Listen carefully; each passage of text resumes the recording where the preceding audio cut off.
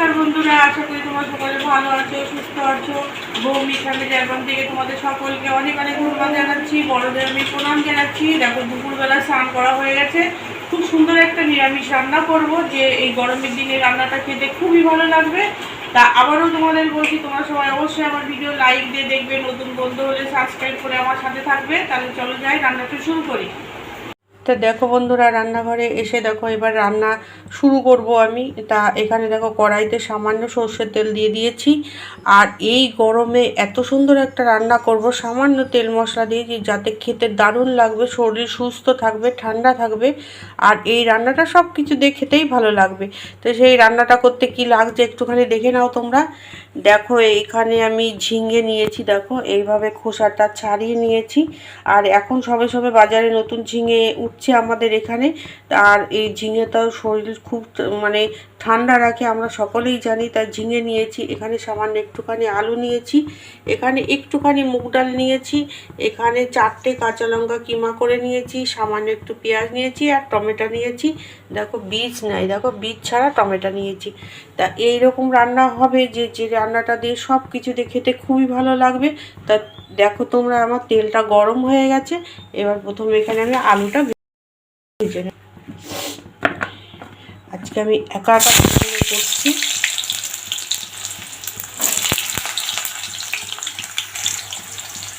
সামান্য একটুখানি নুন দিয়ে দেব, একটুখানি হলুদ গুঁড়ো দিয়ে দেবো। এবার একটু ভাজা ভাজা করে নেব। দেখো বন্ধুরা, আলুটা ভাজা ভাজা হয়ে গেছে। এবার আমি নামিয়ে নিচ্ছি, তেলটা ঝরিয়ে নামিয়ে নেব। এবার নামিয়ে নিয়েছি। এবার এই তেলে ঝিঙেটা একটু ভেজে নেব। এখানে আর নুন হলুদ দেবো না, এই যে নুন হলুদটা দিয়েছিলাম এতেই ভাজা হয়ে যাবে।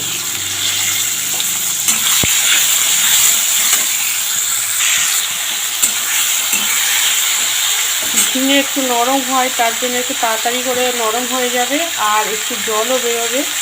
তা এটা একটু ভেজে আবার তারপর আবার দেখাচ্ছি।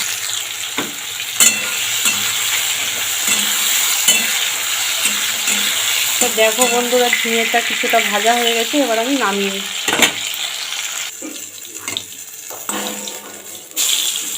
দেখো যে তেল আছে, এই তেলে আমি রান্না করব।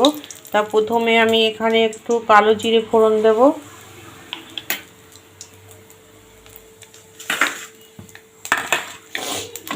এখানে পেঁয়াজ কুচিটা, এখানে ছোট্ট একটা পেঁয়াজ নিয়েছি।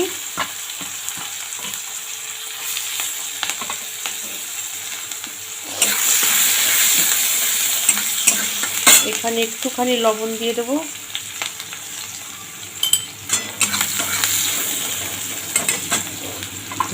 এখানে টমেটো আর লঙ্কা কুচিটা।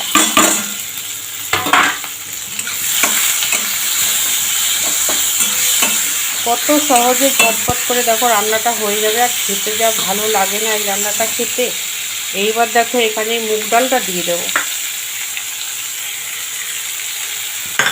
এটা কাঁচা মুগ ডাল, একটুখানি ভাজা ভাজা হয়ে যাবে এই সবজিগুলোর সাথে। দারুণ লাগে খেতে, এত সুন্দর, আর কিছুই লাগে না, একটা রান্না দিয়ে খাওয়া হয়ে যাবে, এত সুন্দর।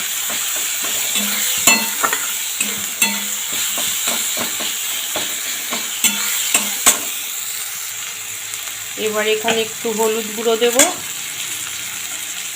দিতে পড়েই গেল হলুদটা। এখানে সামান্য একটুখানি জল দিয়ে দিচ্ছি।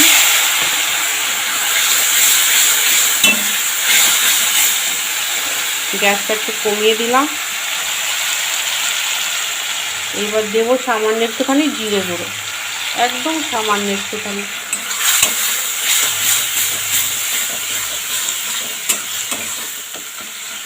দেখতে কিন্তু এখনই খুব সুন্দর লাগছে দেখতে। দেখো মশলাটা আমার সুন্দরভাবে কষানো হয়ে গেছে। এবার ভিজে রাখা এখানে আলু ঝিঙেটা দিয়ে দেবো।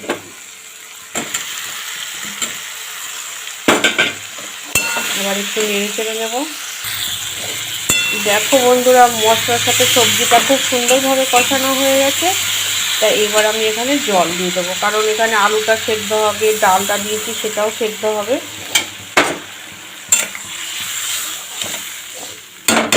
জল দেওয়া হয়ে গেল, এবার আমি ঢেকে দেবো, ঢেকে দিলে তাড়াতাড়ি করে সেদ্ধ হয়ে যাবে।